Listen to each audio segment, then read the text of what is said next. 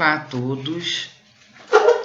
Dando continuidade ao estudo de hoje, nós vamos desenvolvendo o tema, fazendo uma reflexão sobre a parte que nós denominamos aqui, né, de passamento e desprendimento.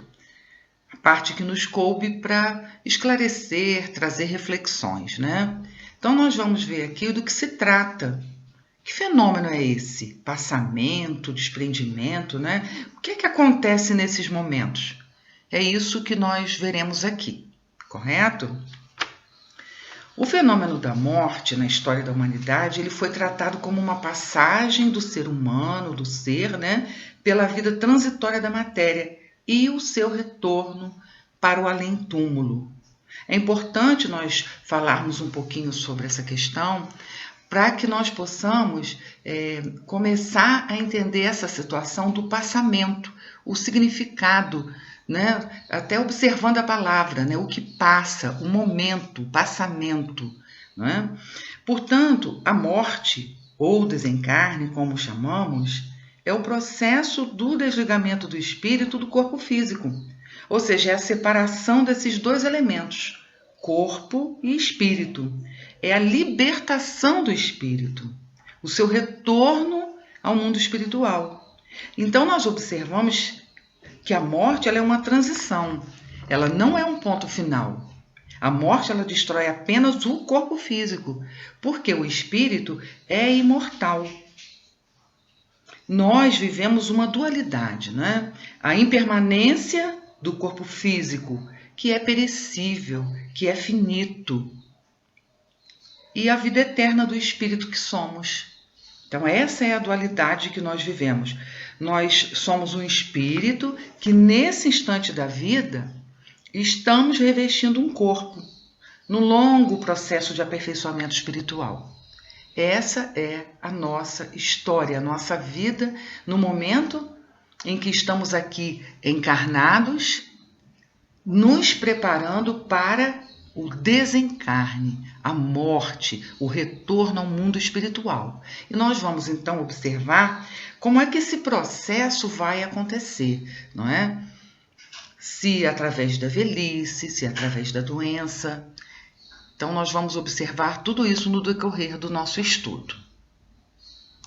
Reforçando, nós vamos dizer que o passamento é o processo pelo qual o homem, né, o ser humano, passa, como falamos, é a passagem, nesse período que antecede a morte do corpo físico, do desencarne, como falamos anteriormente. Então, nesse processo, há também o desligamento, a perturbação espiritual e o despertamento, que veremos aí no decorrer do nosso estudo. Então, o passamento é frequentemente mais temido esse momento da transição do que propriamente a ideia da morte, porque há essa dúvida, nós sofremos ou não sofremos nessa passagem?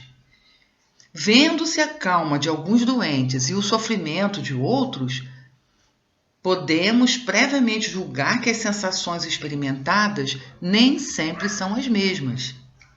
O que importa aqui, para nos auxiliar nessa compreensão, é o conhecimento do laço fluídico que une a alma ao corpo.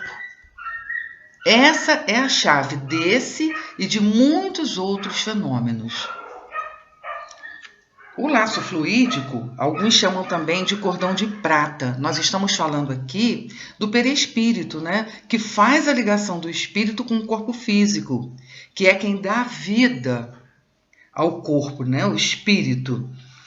Falamos sempre que nós somos um espírito, como falamos anteriormente, que nesse instante da vida estamos revestindo um corpo, nesse processo de aperfeiçoamento espiritual, não é? Nesse presente que recebemos do nosso Pai maior, que é a reencarnação.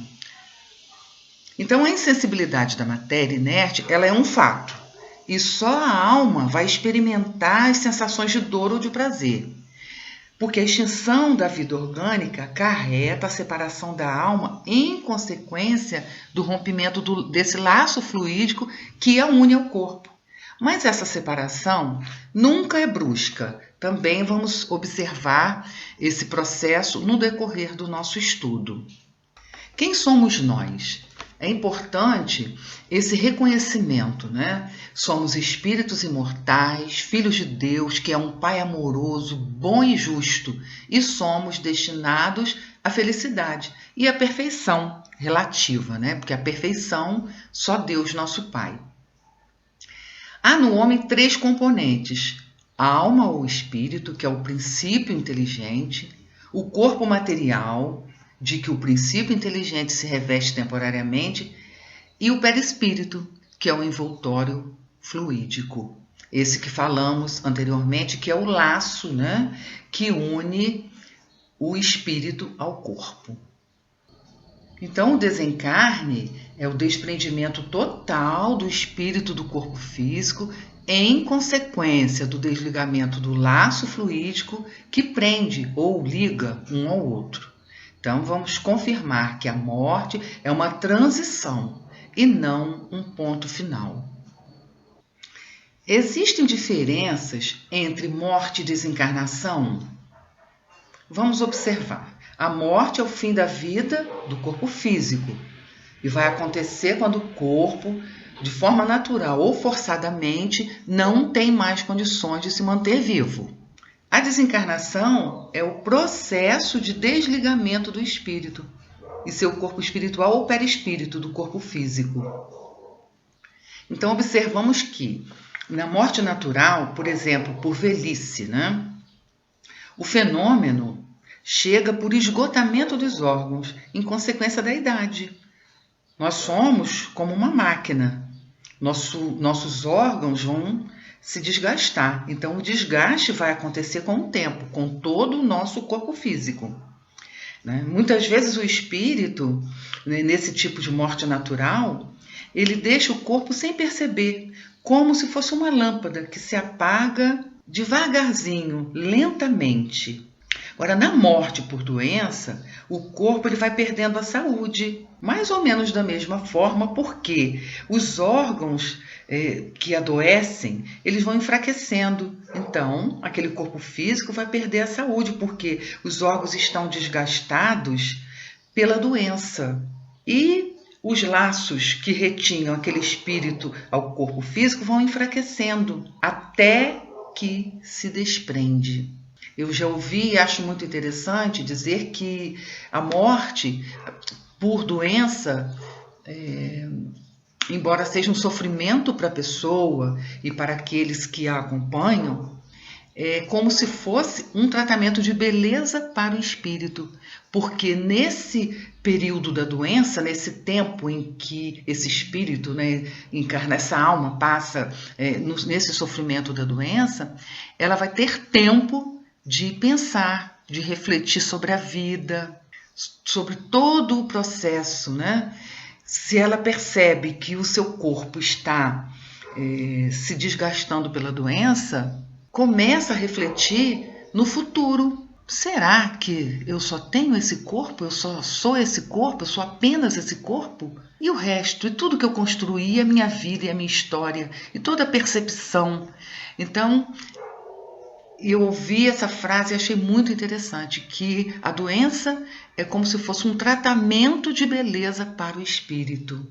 Bem, o estado moral da alma é a causa principal que influi sobre a maior ou menor facilidade do desligamento. A afinidade entre o corpo e o perispírito está na razão do apego do espírito à matéria. Está em seu máximo no homem cujas preocupações todas se concentram na vida e nos gozos materiais. E ela é quase nula naquele cuja alma depurada está identificada por antecipação com a vida espiritual. Então, uma vez que a lentidão e a dificuldade da separação estão em razão do grau de depuração e de desmaterialização da alma, depende de cada um tornar essa passagem mais ou menos fácil ou penosa, mais ou menos agradável ou dolorosa. Essa parte do livro, O Céu e o Inferno, é a segunda parte, está no capítulo 1, item 8. Eu acho muito importante essa leitura, porque nós temos aí uma explicação detalhada sobre essa questão do nosso passamento, da nossa transferência, da nossa saída do plano físico, deixando esse corpo para trás, e a nossa chegada ao plano espiritual, que é a nossa vida eterna. Nós vamos viver como espírito eternos que somos. A morte, ela é uma libertação para quem viveu se libertando. E a morte é uma escravidão para quem viveu se escravizando. Quem é que vive se libertando e quem é que vive se escravizando? Vive se escravizando aquele que só dá valor às coisas materiais. O meu carro, a minha casa. É preciso amar sem possuir. Nós não possuímos nada, somos apenas usufrutuários. Tudo que for material ficará aqui, da mesma forma que o nosso corpo. Então eu não posso ter meu filho, meu marido, como meu patrimônio. Em tudo precisamos aprender o desapego, porque um dia atravessaremos a ponte que separa a vida material da vida espiritual. Na questão 156 de O Livro dos Espíritos, nós temos a seguinte pergunta: a separação definitiva da alma e do corpo pode ocorrer antes da cessação completa da vida orgânica? E os espíritos respondem: na agonia, a alma algumas vezes já deixou o corpo. Nada mais há que a vida orgânica. O homem já não tem consciência de si mesmo, entretanto, ainda lhe resta um sopro de vida orgânica. O corpo é a máquina que o coração põe em movimento. Existe enquanto o coração faz circular nas veias o sangue. Para isso, não necessita da alma. Então, a bondade divina é tão grande que nesses momentos, em que, naquela agonia da passagem, Deus é tão bom que aquela alma está ali, aquele espírito está sendo amparado, pelo plano espiritual, pelos benfeitores que trabalham nessa parte do desligamento, do desprendimento, de todo esse processo. Todo esse processo tem um acompanhamento do plano espiritual. De modo que esse espírito ele está amparado e muitas vezes ele já vai deixando o corpo lentamente, que nem sente aquelas agonias que o corpo físico está passando. Então, está ligado às sensações que esse espírito traz consigo. O que nós acabamos de falar, a morte é uma libertação para quem viveu se libertando. De modo que, se houve a tentativa de elevação, de desenvolvimento, de desmaterialização desse espírito enquanto encarnado, se houve um esforço para que ele vencesse a si mesmo, naturalmente esse momento da separação será mais leve, mais calmo. O desenlace do espírito com a morte física, a separação da alma e do corpo, o desprendimento. Vamos dar continuidade a essas questões. Livro dos Espíritos, questão 55. Como se opera a separação da alma e do corpo? E ele explica: os laços que prendem a alma ao corpo não se rompem, senão aos poucos, e tanto menos rapidamente, quanto mais a vida foi material e sensual. Está reforçando aqui o que acabamos de falar. No comentário de Kardec, ele diz o seguinte: a observação prova que no instante da morte, o desligamento do perispírito não se completa subitamente, se opera gradualmente e com uma lentidão que varia muito segundo os indivíduos. Aquilo que falamos, Mais fácil será essa separação, esse desprendimento, se todas essas etapas da desmaterialização, de se desligar da vida material, de não estar preso às coisas que ele não pode levar consigo, se ele conseguiu, pelo menos de alguma forma, um pouco colocar dentro de si de que ele é um usufrutuário desta vida, é um presente que Deus deu, mas que ele precisa deixar esse corpo. O corpo físico foi apenas um instrumento utilizado para a manifestação do Espírito que é eterno.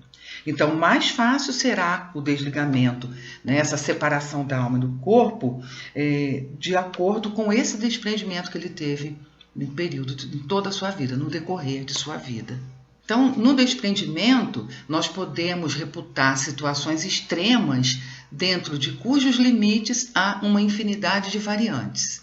Se no momento em que se extingue a vida orgânica, o desprendimento do perispírito fosse completo, a alma não sentiria nada, absolutamente. Se nesse momento a coesão de dois elementos estiver no auge da sua força, não é, que são o elemento do apego à matéria, né, daquele corpo, daquele espírito que não quer deixar o seu corpo físico, não, a minha vida, eu não quero abandonar a minha vida, e aí pode produzir sim uma espécie de ruptura que vai reagir dolorosamente sobre a alma, sobre aquele espírito. Agora, se a coesão, né, se essa força que prende, né, for fraca, a separação vai se tornar muito fácil e opera-se sem abalo. Agora, se após a cessação completa da vida orgânica existirem ainda numerosos pontos de contato entre o corpo físico e o perispírito, a alma poderá se ressentir sim dos efeitos da decomposição do corpo, até que o laço se desfaça inteiramente. Nós sabemos, até pela leitura dos livros, por exemplo, do André Luiz, que muitos espíritos ficam presos ao corpo no cemitério, não saem do local onde o seu corpo foi enterrado. Então, isso é um grande sofrimento. Por isso, o desprendimento ele vai acontecer para cada um de uma maneira. Não será igual para todos, vai depender de quanto aquele espírito passou na vida se libertando, viveu se libertando, ou viveu se escravizando, se prendendo a bens materiais ou pessoas, né, que ele não poderia levar consigo nesse momento do desencarne, né, na mudança do plano material para o plano espiritual. Dando continuidade à nossa reflexão, nós trouxemos aqui uma mensagem da irmã Cidufo no livro Vida Feliz. Ela diz o seguinte para nós: morrer retamente deve ser a meta de todos que fomos agraciados com a riqueza dos tesouros doutrinários, razão pela qual a morte é dos temas mais necessários na formação da cultura espírita. Uma visão clara e precisa da vida futura, sem os resquícios mitológicos, é essencial para uma vida física mais proveitosa e consciente, o que permitirá um desenlace saudável nos rumos da continuidade e ascensão. Bom, de modo que o conhecimento do Espiritismo exerce uma influência muito grande nesse momento, uma vez que o espírito já compreendia antecipadamente a sua situação.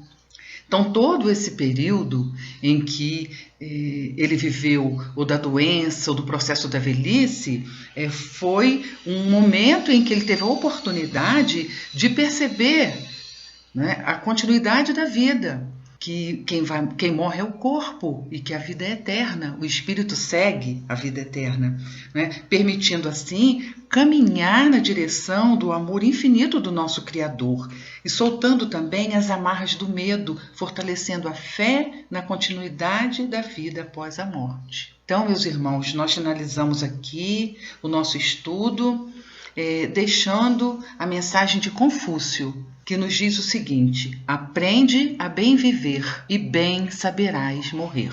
Um forte abraço a todos, saúde e paz para todos nós.